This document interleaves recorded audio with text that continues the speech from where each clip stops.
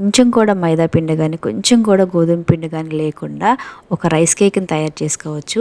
కనీసము ఒక 6 గంటల పాటు నానబెట్టుకున్న బియ్యాన్ని మంచిగా వాష్ చేసుకొని మిక్సీ జార్లోకి యాడ్ చేసుకోవాలి. అందులోకి కొంచెం గుప్పెడంతా మురుమురాలను కూడా యాడ్ చేసుకొని మెత్తగా పేస్ట్ లాగా మిక్సీ పట్టుకోవాలి. ఆ తర్వాత వచ్చేసి వేరొక ప్యాన్లోకి 1 గ్లాసు బెల్లము, 1 గ్లాసు వాటర్ యాడ్ చేసుకుని బెల్లం కరిగే వరకు మాత్రమే దీన్ని కుక్ చేసుకోవాలి. ఆ తర్వాత వచ్చేసి మిక్సీ పట్టుకున్న ఆ పేస్ట్ మొత్తాన్ని వేరొక బౌల్లోకి యాడ్ చేసుకుని అందులోకి కాస్తంత సాల్ట్, కొంచెం బేకింగ్ సోడా, ఈ బెల్లం వాటర్ మొత్తం మిక్స్ చేసుకోవాలండి.